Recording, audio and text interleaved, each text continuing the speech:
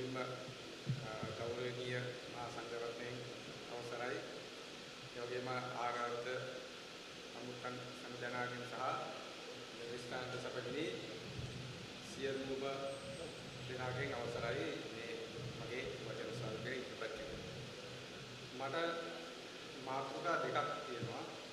එයින් මම මුල් මාතෘකාව හැටියට තෝරගන්නවා අද මේකේ මුඛ්‍ය මාතෘකාව විදිහට තියෙන කාරණාව මේ රණවිරු සාමන.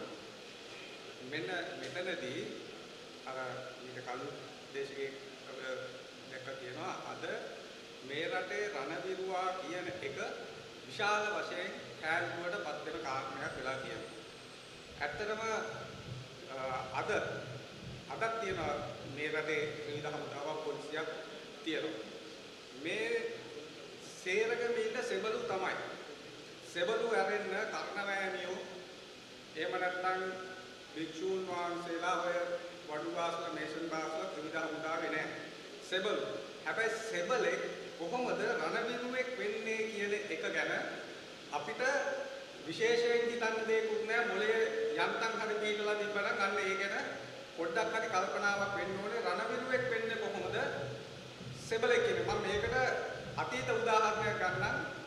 අපි පොඩි කාලේ ඉඳන් එකේ පන්තියේ දෙකේ පන්තියේ ඉඳන් ඕ ලෙවල් ඒ ලෙවල් වෙනකන් ඊට පස්සේ උනත් අපිට දිගින් දිගටම අපි ඉගෙන ගත්ත දෙයක් තමයි මේ ජාතික වීරයෝ කියලා කොටසක් මේ රටේ හිටියයි කියන්නේ. කවුද මේ රටේ හිටපු ජාතික වීරයෝ කියන්නේ? ජාතික වීරයෝ කියන්නේ මිනිස්සුනේ, සාමාන්‍ය මිනිස්සුනේ. දැන් ඒ පාරේ යන සාමාන්‍ය මිනිස්සෙක් දැක්කම අපි එයාට ජාතික වීරයෙක් කියන්නේ නැහැ. ඒ වගේම විවිධ ක්ෂේත්‍රවල ඉහළ නිලධාරීන්, පහළ නිලධාරීන්, මධ්‍යම නිලධාරීන් ඔය වගේ අය ඉන්නවා. ඒ සේවාවන් වල කැපී පෙනෙන වෙනස්කම් කරපු කට්ටිය ඉන්නවා. මේ ඉන්න අයට අපි කවදාවත් කියන්නේ නැහැ ජාතික වීරයා කියලා. ජාතික වීරයෙක් වෙන හේතුවක් තියෙනවා. අපි මීට කලින් යුද්ධ ගණනාවක් මේ රටේ සිද්ධ වෙච්ච භූමියක් තමයි අපේ මේ දිවයින. මේ ශ්‍රී ලංකා දීප සිංහල දීපේ මේ හෙළ දිවයින අතීතයේ ඉඳන් කේරළ පාණ්ඩේ චෝල අධිරාජ්‍ය කියන්නේ දකුණු ඉන්දිය ආක්‍රමණ වලට මුහුණ දීලා ලේ හලපු භූමියක් තමයි මේ භූමිය. ඊට පස්සේ ඔය එළාර දුටු ගැඹුරු යුද්ධ අපි අහලා තියෙනවා. සේන කෘතික ඔය යුද්ධ අපි අහලා තියෙනවා. ඒ සමරේකින්ම මිය ඇදුනේ මේ රටේ සිංහල ජනතාව. සිංහල ජනතාව සංහාරය වෙච්ච තැන තමයි ඔය. එතකොට ඒත් එක්කම ඉංග්‍රීසි, ලන්දේසි, පෘතුගීසි මෙන්න මේ වැයදී ලේ හැලුවා, ජීවිත පූජා කරා මේ රටේ මිනිස්සු. මේ රට රැක ගැනීම සඳහා ජීවිත පූජා කළ සෙබළු තමයි අවසානයේ රණවිරුවන් උනේ. අපි දන්නවා අපි හැමදාම කියනවා මොණරවිල කැප්පෙටිපොළ ඌටෑවේ රටේරාල, කෝපුපුරේ රටේරාල ආදී ලිස්ට් එකක් තියෙනවා. මේ අය අපිට මොනවද දිනලා දුන්නේ? අපේ රට ආක්‍රමණ වලින් මේ අයට පුළුවන් වුණාද අපේ රට රැකලා දෙන්න?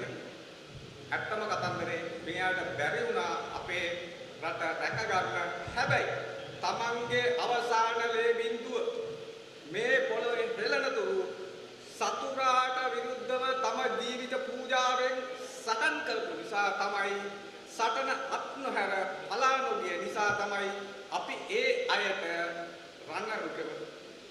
ජාතික වීරයෝ හැටියට අපි අද බුද සත්කාර කරන ගමන් මේ අය අපි සිහි කරන්නේ.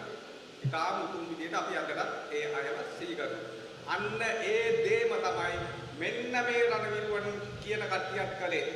වසර 30ක යුද්ධය වෙලාවේදී මේ රණවිරුවන් ජීවිත පූජා කරා අපේ නමින්, අපේ රටේ නමින්, අපේ රටේ ඒකීයත්වයේ භෞතික අඛණ්ඩතාවය වෙනුවෙන්. අපේ ඉන්න විජේපාල මහත්මයා අපි විතර කතා කරන කෙනෙක්. එතුමත් එක්ක අපි කතා කරන වෙලාවේදී දැක්ක දෙයක්. ඒක පොදුයි මේ අපි මේ ප්‍රදේශයේ ඉන්න හැමෝටම. දෙහිවල ගල්කිස්ස රත්මලානි කියන අය අපි ඒ කාලේ අසුන දැන් මතක නැතුව ඇති. හැබැයි මතක් කරගන්න සිහි කරන්න අපි දකින්න විශේෂ සිද්ධියක් ප්ලේන් එකක් එනවා. ඒකට අපි කිව්වේ මස්කරත් එක්ක. එතුමත් එතුමා කියපු දෙයක් මස්කරත්තේ ඇවිල්ලා තව සුළු මොහොතකින් පොඩි වෙනාලි ගානකින් ඇම්බියුලන්ස් පොලිමට යනවා කී ගාගෙන. මෙන්න මේකේ යන්නේ අපේ එක්ක මිය ගිය සෙබලෙක් එහෙම නැත්නම් අතපය අහිමි වූ සෙබලෙක් ජොනි බට්ටට කකුලක් ගිය එහෙම නැත්නම් වෙඩි වැදිලා බෝම්බ වැදිලා අතපය අහිමි වෙච්ච මරණාසන්න ලෙඩෙක් මේ හැම ස්පිරිතාලයකම වාට්ටු තිබ්බා අන්න අර වගේ සෙබල වාට්ටු.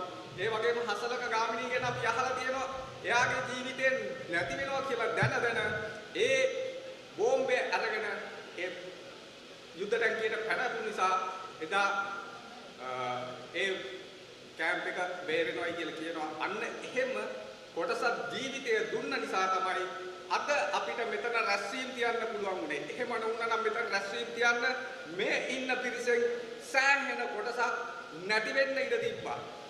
අපේ ජීවිත අපි ආරක්ෂා කරගත්තේ ඒගොල්ල අපේ වෙනුවෙන් ජීවිත පූජා කරපු නිසා. මේ අවට දෙහිවල කෝච්චියේ බෝම්බයක් පිපුරුවා. වැල්ලවත්තේ පිපුරුවා. පිළියන්දල පිපුරුවා. මේ යුද්ධය ඉවරුනේ නැත්තම් අද වෙද්දි තව කීයක් පුරයිද කියලා කියන්න බෑ. ඒ නිසා අපේ ජීවිත බේරිච්ච නිසා අපි අදටත් ඒ කට්ටිය රණ විනුවන් ලෙස ගෞරව කරනවා. එක පොලිමේ මිනි පෙට්ටි ගෙවල් වලට යන ඒ ඉතිහාසය නැවතුණා ඒ රණ විරුවන්ගේ පූජාව නිසා. මම මේක කියනකොට අරයාගේ මෙයාගේ කියන කතාව හිතන්න එපා.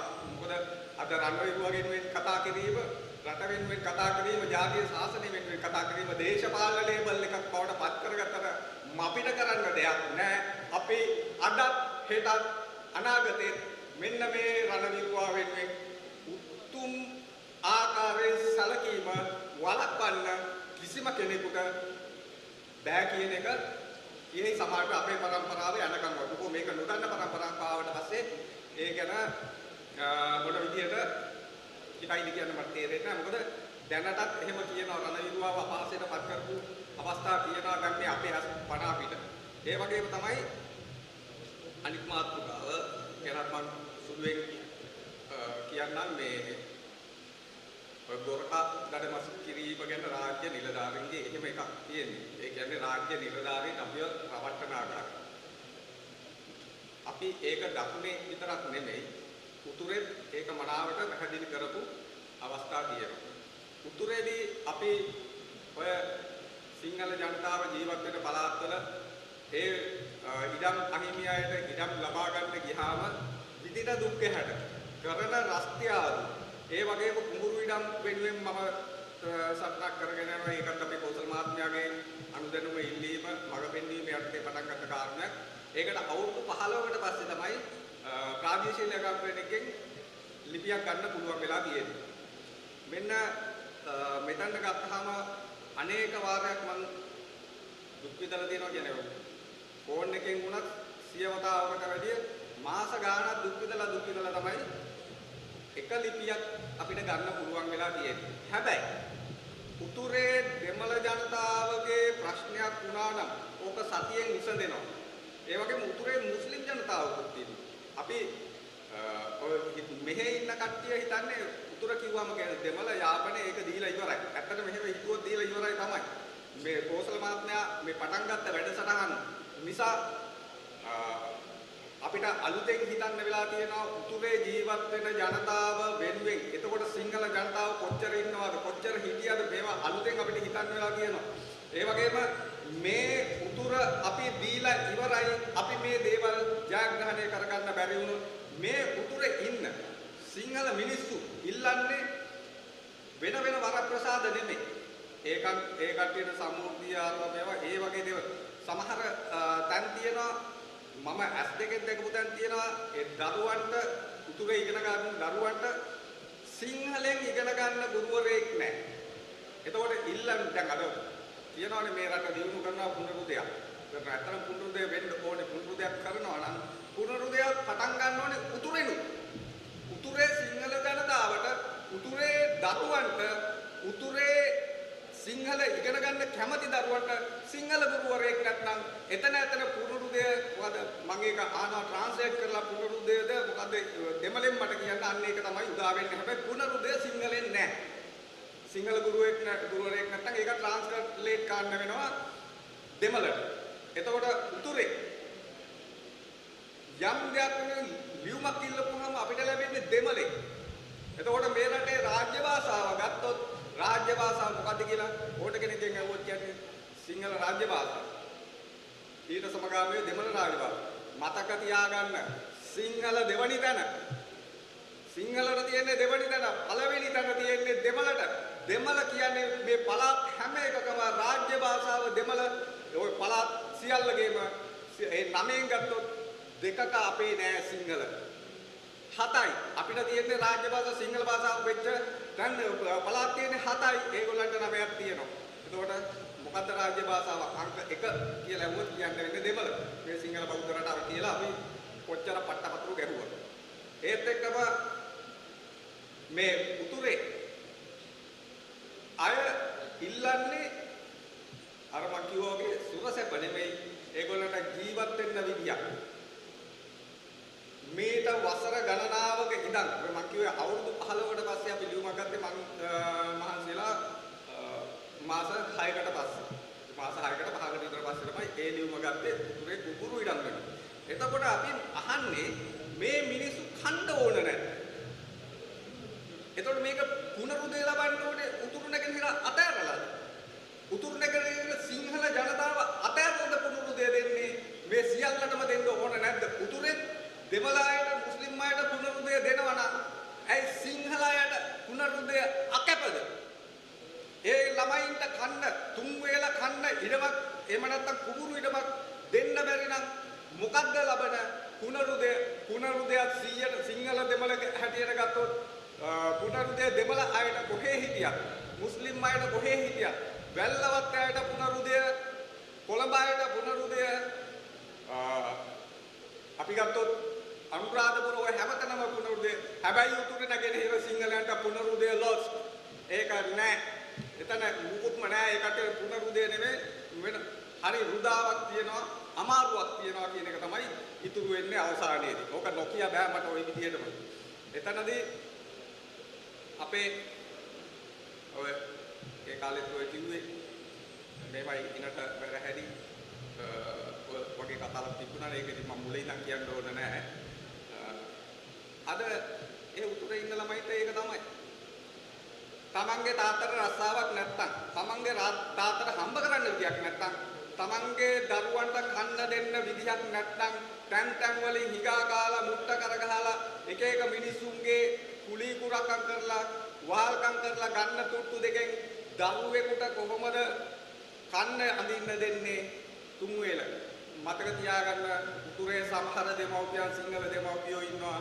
ඒ අය තුන් වේලෙන් කන්නේ දෙකයි. එහෙම නැත්නම් එකයි. ඒක මේ උතුරේ අපේ හාමුදුරුවෝ ඉන්නවා. හාමුදුරුවෝ සාක්ෂිදරයි. ඒ වගේම තමයි දරුවන්ටත් දෙමව්පියන් විතරනේ දරුවන්ටත් සිද්ධ වෙලා තියෙනවා. බඩගින්නේ ඉන්න තමන්ගේ ජීවිතේ ගැට ගහ ගන්න. දීවරයෝ ඉන්නවා. දීවරයන්ට දීවර කර්මාන්තයේ තහනම්. උතුරේ ඉපදෙන්න පුළුවන් වැළලෙන්න තහනම්. ගුරුකන්දේ හාමුදුරුවන්ටවත් බැරි වුණා. කාටවත් නෙමෙයි. ඒ හාමුදුරුවන්ටවත් බැරි වුණා. ඒකේ වැළලෙන්න ලේසි ෆයිට් එකක් දීලා තමයි වැළලෙන්න සුද්ධ වුණේ. මේ ඉස්සරහට වැළලෙන්නත් අපේ සමහර සිංහල ජනතාවට තහනම්. එතකොට මේ මොකද්ද වෙන්නේ? මේ නිලධාරීන් මොනවද මේ කරන්නේ? කබර ගෝයා තල ගෝයා කරනවද මොකක් කරනවද? මෙතන නීතිය සැමට පොදුයි නම් සැමට එක වගේ නම් ඇයි උතුරේ එකෙක් මැරිච්චාම ඒක අනුරාධපුර පොළොන්නරුවට ගෙනියන්න සිද්ධ වෙන්නේ? උතුරේ ජීවත් වෙන්න පුළුවන් නම්, ඉපදින්න පුළුවන් නම්, උතුරේ මැරෙනකන් අවුරුදු 60 70 ඉන්න පුළුවන් නම් වැළලෙන්න තහනම් නැහැ. අපිට අහන්න සිද්ධ වෙනවා මේ ආණ්ඩුවේ මොකද්ද මේ පුනරුදය සමට සමාන නැද්ද? අපිට ඒ වගේ අපිට ආණ්ඩු දෙන්නට නෙමෙයි මේ කතා කරන්නේ. අපිට සාධාරණය දෙන්න. උතුරේ ජනතාවට සාධාරණය දෙන්න. උතුරේ ඉගෙන ගන්න දරුවන්ට සිංහලෙන් ගුරුවරයෙක් දෙන්න සිංහලෙන් ඉගෙන ගන්න.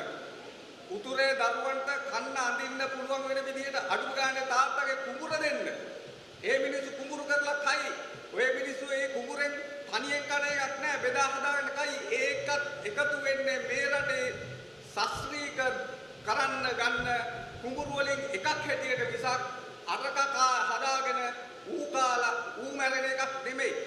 ධාන්‍යයටත් රටට එකතු කරන වැඩපිළිවෙලක් කුඹුරක් දෙනවයි කියන එක. ඉතින් ඒක තහනම් වෙන්නේ මොකද අදටත් දැන් සෑහෙන කාලයක් තිස්සේ අපි මේ වෙනුවෙන් සටන් කරනවා, ඉල්ලීම් කරනවා, අස්තයාදු වෙනවා. අදටත් ඒ කුඹුරු ඉඩම් ටික නැහැ.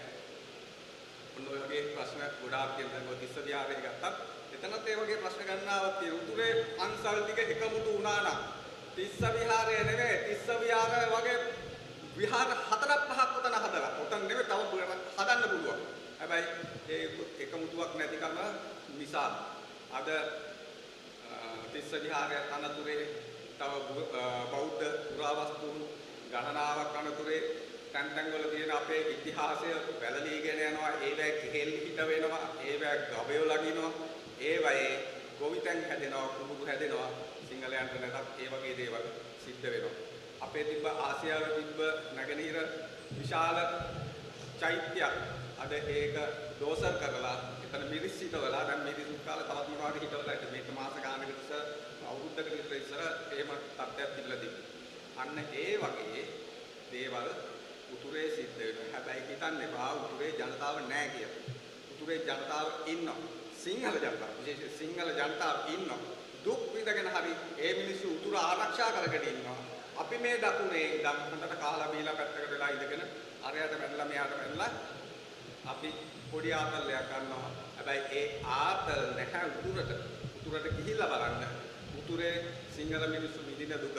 අන්න ඒ අවස්ථාවක තමයි මේ පුරාවිද්‍යා ස්ථාන ඩෝසර් වෙන අවස්ථාවක ඒවැය ත්‍රිශූල හයි කරලා ශිවලිංග හයි කරලා බෞද්ධ ඉතිහාසය සම්බන්ධ පුරාවිද්‍යා ස්ථාන බෞද්ධයට අයිති වෙන කාලයක තමයි මෙන්න මේ බුදු පිළිම දහසක් වැඩසටහන උතුරට ගෙනියන්න මේ කෝසල් මාත්‍රා පටන් ගත්තා.